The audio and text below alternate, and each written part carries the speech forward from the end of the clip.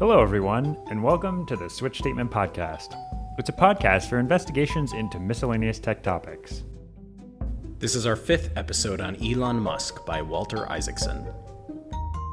We'd love to hear from you. Send your comments and feedback to team@thkp.co.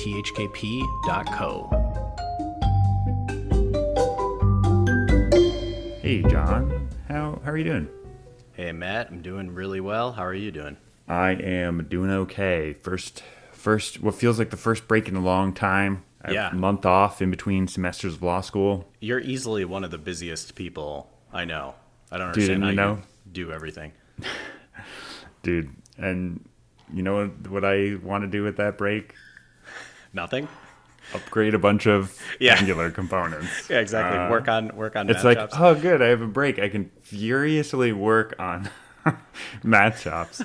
That's just how my brain works. I don't know. I've always been, because I sort of want to lay around all the time. Like, that's my natural inclination.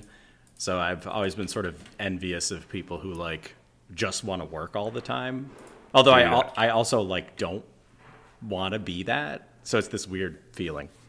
This is the thing is, like, you know, I have this feeling that it would be great to relax. But then, like, I do that and I feel like garbage. I just feel terrible and, like, listless, and I hate myself.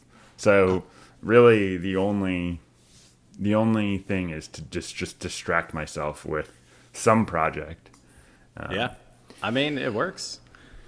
I'm kind of like Elon Musk in that way, where my psychic state, you know, it can't be too bad and it can't be too good.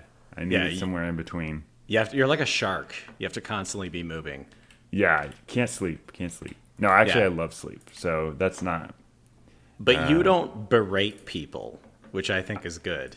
I do. I try to avoid berating people. Yeah, because Musk berates people, and this Kovac guy, who I think we talked about before, was this AI Day 1?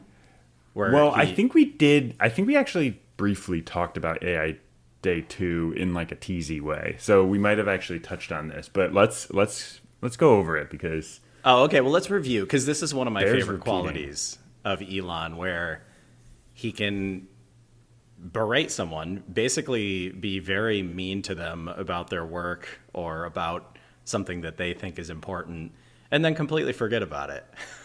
It's just like nothing to him. Which good leadership.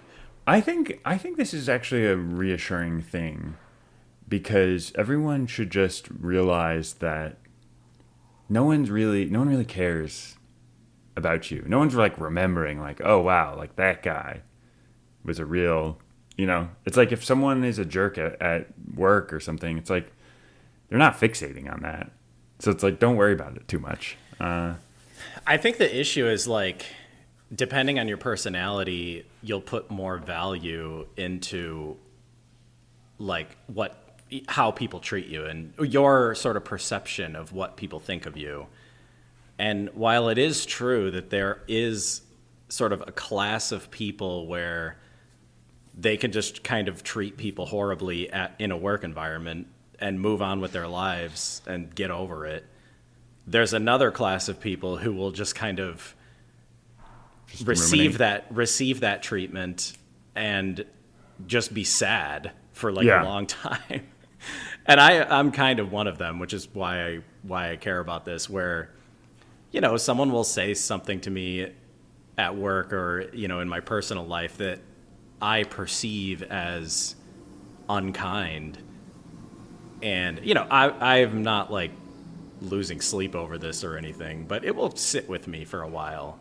Mm-hmm. And I think, I don't know, this is why I think discussing things like toxic work culture is actually important, because while you can go way too far with that mentality, you do need to recognize that some people in the work environment are completely unsensitive, like they're completely compartmentalized, and therefore they can speak with quote unquote radical candor, which is a euphemism for being a jackass. And then there's going to be other people who aren't wired that way and struggle to separate, you know, work life from home life, they'll sort of view it as I'm just interacting with human beings, which is the reality of what's happening. And so they'll be a little bit more sensitive to these sorts of things. And so I don't know. I've always struggled with this notion of like, oh, you need to, like this radical candor notion, or, when you're at work, you just need to be able to roll with the punches in a completely unemotional way. Because on the one hand, I can see a lot of value in that. But on the other hand, it's like we're human. Our interactions are what define us. And, Right. It's like when I'm reading this book, what's popping into my head over and over again is Musk is a complete asshole. He has no regard for other human beings. And I think he would even own up to that, though. That's the other thing. Like, I don't think he thinks he's being like a great guy or anything. Right. And I view that as bad. I view that as a bad personality. Yeah. No, I look, right. And it's like, if you're owning up to it, like, just because you're owning up to it doesn't make it okay. Right. Right.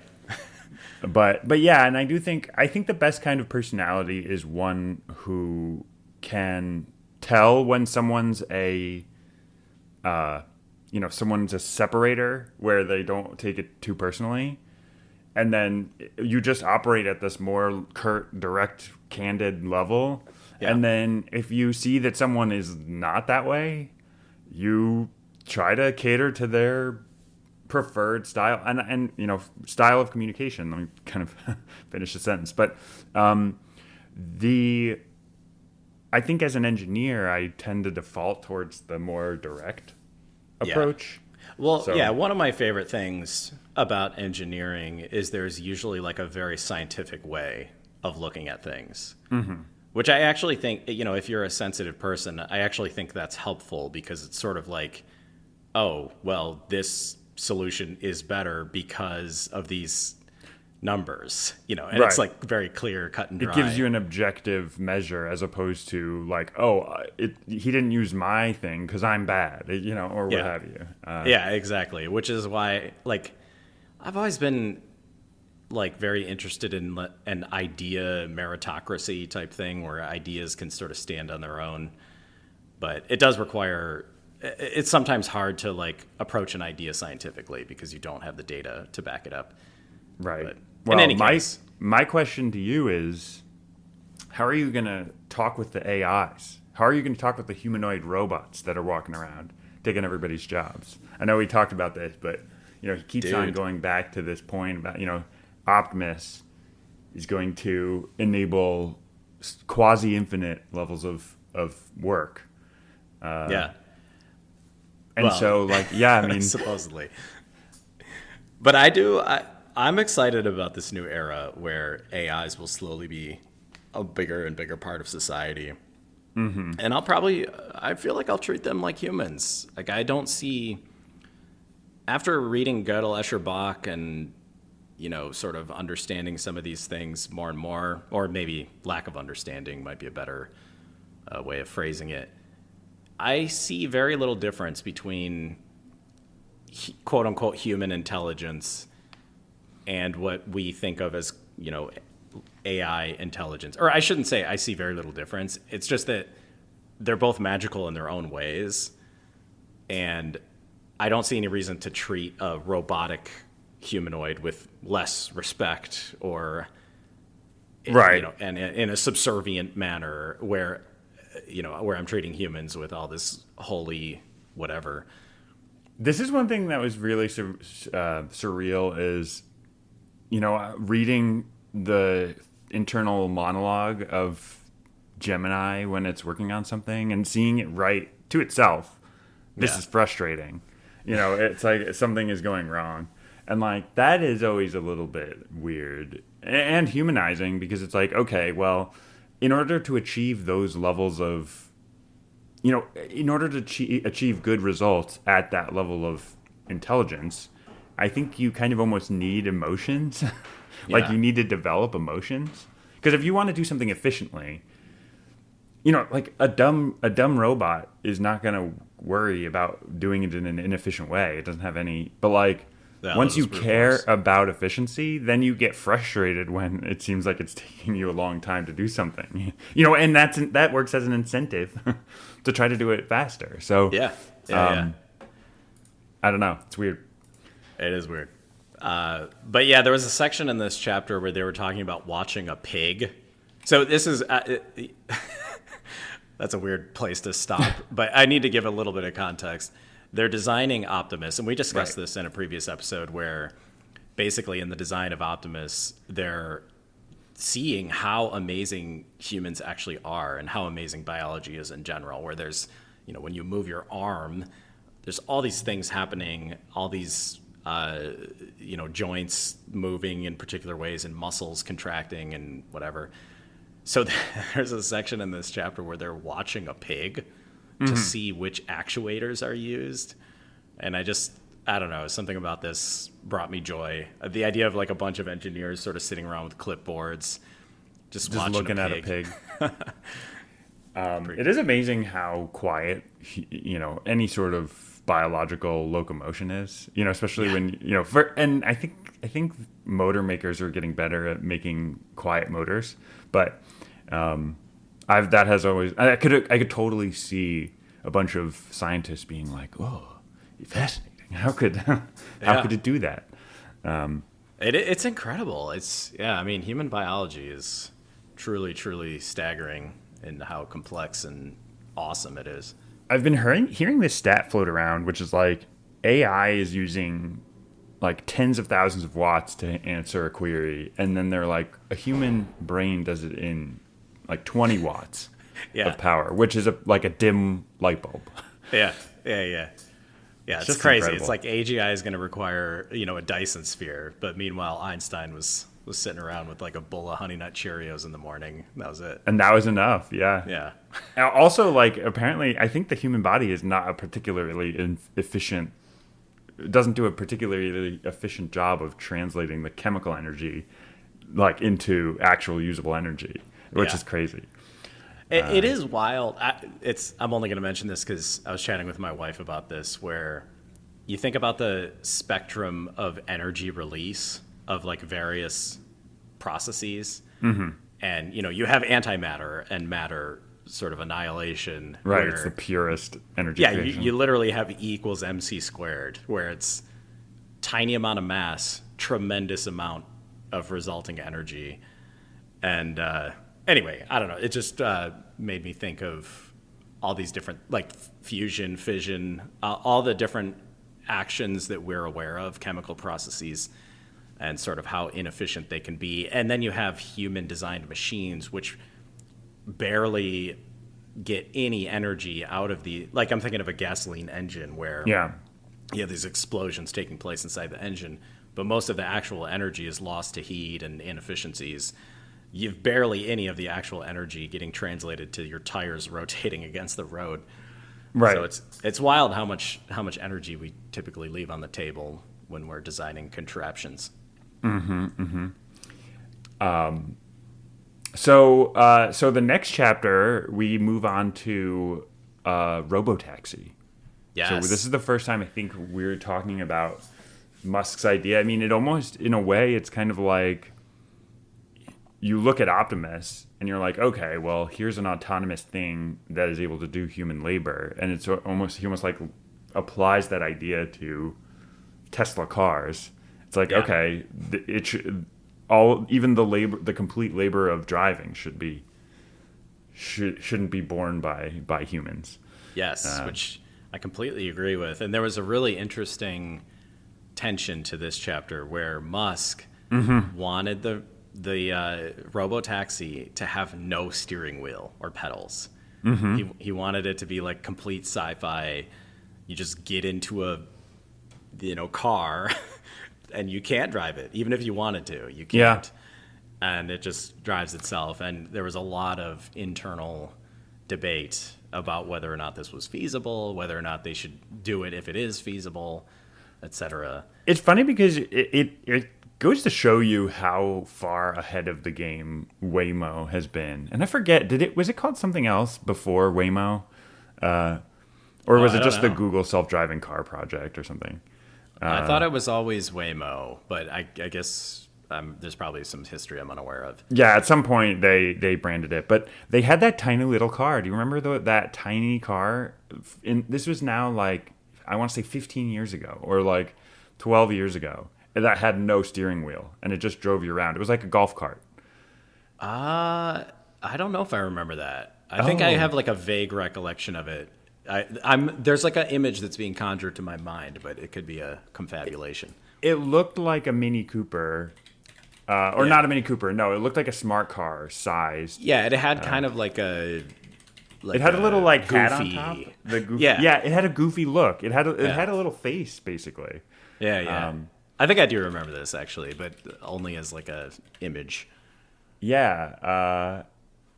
It was called Project Chauffeur. Nice. Yeah, and so even at that time, Google realized like this is going to need to be. It's going to need to become like an elevator, right? It's like, yeah, there's no steering wheel on an elevator. There's an emergency stop button on an elevator, and that's all you need. And they were like, that's how it should. Like, you used to have a guy in the elevator that was operating it. And for a long time, he was literally doing nothing, right? Like, once elevators became good enough, they would still have the guy. And this is the steering wheel today. Like, there's still a steering wheel, but it's vestigial. But then eventually, you were able to take away the controls that he used to have because you didn't need him anymore. And then you were able to get rid of the guy. And maybe it's going to go in the opposite order here, but yeah, I mean, and that's what Elon is saying. It's like, no, we need to make this ambitious stance. You can blame me if I'm wrong, but we need to make a version of it with no steering wheel. Yeah, and I my hot take is I agree with Elon on this. Like, I think one way to succeed as an enterprise is to remove the safety net. Dude, burn the boats. Exactly. It's all about burning those boats. Yeah. So I don't know. This chapter I found interesting because one thing I do like about Elon, as much as I hate him, is like he's just extremely ambitious. And I think in a way that extreme ambition can be very inspiring. Like, I've always appreciated leaders who absolutely go for it in like a very public way.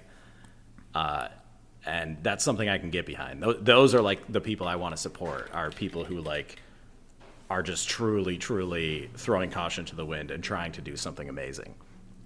What I like about Elon is like he starts from this sci-fi future that he thinks should exist. And then he's just like, okay, how do I make that happen? How do I work backwards from that sci-fi future? Whereas everyone else is kind of like looking around them and they're like, okay, what could we possibly do? Like, what cool step could we take to move us towards something? Yeah. But if you reverse it, you'd have completely different decision making. Exactly. Well, and I think that's the other side of this that I appreciate, which is like, if you do get rid of that steering wheel and pedal, every aspect of your enterprise is going to be different. Yeah. You're going to be engineering around different concerns, and I think the end product is often better in those scenarios where you don't have these kind of like in a way it's simpler, and it's also that safety net's gone. So there's no, like with the pedal and steering wheel there, every engineer on that project is thinking to themselves like, oh yeah, there's this fallback. Yeah. And all of the day-to-day actions they're doing is based on that thinking. And so I don't know. I thought this was an interesting, because Elon eventually relented. And he, after Holtzhausen kept presenting him more and more, information about how this could go wrong, he eventually relented. And it was the regulators, or he was like, listen, I think this is a great idea. However, the regulators are never going to go for this. So we need to put out a version that has a steering wheel. Right. So probably a prudent move. But they still have Cybercab, which, they've announced Cybercab, which is the one that has no wheels. So no wheels? It doesn't have any wheels. No, he goes even farther. It floats. It doesn't have a steering wheel, and it doesn't have wheels on the ground either. It just hovers. Yeah. It's going to be his Roadster. Remember? Or I don't know if you've heard, like, he's like, yeah, the next announcement of the Roadster. It's going to be flying. It's going to have SpaceX rockets on the back. Oh my God. So another massive obstacle to Elon achieving his dreams is wokeness. Dude, woke shirt. He sees a woke shirt, dude. He goes into open loop mode, just starts raging. Yeah, but this next chapter was about Twitter because we covered his acquisition of Twitter. And so there was this early days process after the acquisition where he was figuring out what Twitter was all about and, trying to make it a healthy business. And I don't know if I'm exaggerating in saying that he thought Twitter was an absolute like cluster. From his perception. You do see some of these stats. Apparently, they had 2,500 engineers, and it's just one of those things where it's like, how do you get 2,500 engineers on Twitter? Like, I mean, I guess I know, right? It's like I've seen it on the other side at Google, but it's like Twitter is, and maybe it is just a scale thing, but Twitter is like one relatively uncomplicated Google product, which might have like, I don't know, 50 engineers on it. It feels like, within Google, which, and I don't, maybe I'm like underestimating the complexity. Because even if you think about something like Facebook, like just from a product complexity standpoint, like I could see how you could have more, just because there's more surfaces, like, groups. Oh my God. Facebook is so insanely complicated these days. Like there's so many pages and things you can do. It's crazy. But Twitter, like, I don't know. And obviously there's advertising and you have like video and things like that. But I just it still seems great. Like I still have a hard time understanding how you get to 2,500 engineers. Yeah. No. I agree, and I was conflicted about all this because it sounds as though their work environment was great, frankly. Like it sounded like a typical tech, big tech environment. Yeah. There's a thing called a mental day of rest, which I'm like, hell yeah! Like I could have used that. Sounds amazing. And I don't know, like the offices just seem relatively laid back. Strong emphasis on work-life balance. Like a lot of these things that I think Musk views as anti-productive or counterproductive. Yeah. But I feel two ways about those things. I think that sustainable, to me, everything is a marathon, not a sprint. And so developing sustainable habits is the more important thing. Dude, like everyone's don't tell talking that about to Elon Musk. Yeah, well, exactly. And that's not, Elon Musk just doesn't look at things that way. So me and him are different in that way. There's a huge push right now in AI, this 996 push, which is like, I guess, working from 9 to 9, 6 days a week. That's that's been around for a while. That was big in China for a while. Right. And it's been exported. And a lot of my friends who are still at Google are sort of talking about how this mentality is like infecting. So even Google is doing 996. Oh yeah. Well, it's becoming a part of the culture. They're not like doing it. It's not some official thing. But Sergey is very pro. He's like an Elon Musk type guy where he's like, fuck work-life balance. Like work is the thing. Everyone needs to work. Which is great. I'm sure that's how he's achieved a lot of what he's achieved. But it's also like you have a company with a lot of different personalities. Some people are there for the paycheck. Some people are there for fun. They like their coworkers. So I don't know. You need a culture that can sort of accommodate a lot of different human beings. And I think it's tough. It is really hard because you kind of can't argue. Like there's some very real things you can't argue with. As much as there's a lot of Elon where he makes promises that he can't deliver on. But, you can't argue with you launched and caught the largest rocket humans have ever made. Or, like, you can't argue with the world's capacity to launch stuff into space has been, increased by orders of magnitude. Yeah. And it's like SpaceX by itself is, like, more than all the other launch providers combined. I'm not 100% on that, but I'm pretty sure that's true. Yeah, no, I think that's true. And that's where I feel conflicted about Musk, because I think it's easy to attribute that. Like, Musk's most famous qualities are his like aspy sort of working 24 hours a day and berating employees and just generally being a dick. And I think these are sort of his most famous, well-known qualities. And so it's easy to like attribute his success and all of his company's success like to those qualities. And I'm not saying you're doing that, but I think in general, I've heard people talk about how like, oh, you want to be successful in business? Like, you should just treat your subordinates like shit and like make them work as hard as you possibly can make them work. And I think that's only part of the story. So I do think a sort of deep analysis of why he's successful and why his ventures have been successful, is an interesting thing to do. Yeah. And that, I want to be clear. I think and this is exactly what you're saying, but it's like, I think you have to ask when someone does something that everyone else would want to do, but no one else has been able to do. It makes sense to ask, like, how did they manage to do that?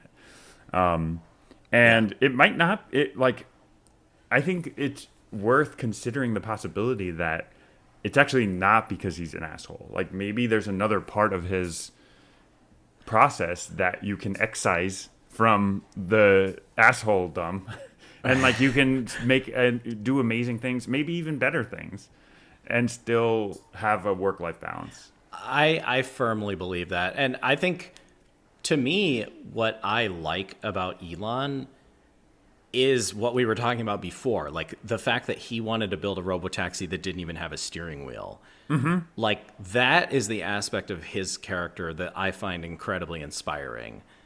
And the fact of the matter is, there's not a lot of leaders like that. Most leaders that I've worked with were, they've lost their idealism over the years, and they've sort of have this pragmaticness to them, which, don't get me wrong, I love pragmaticness as much as the next guy. But, there's something about that, like, Errol Flynn, throw caution to the wind, just go for it type of personality that I really appreciate in Musk.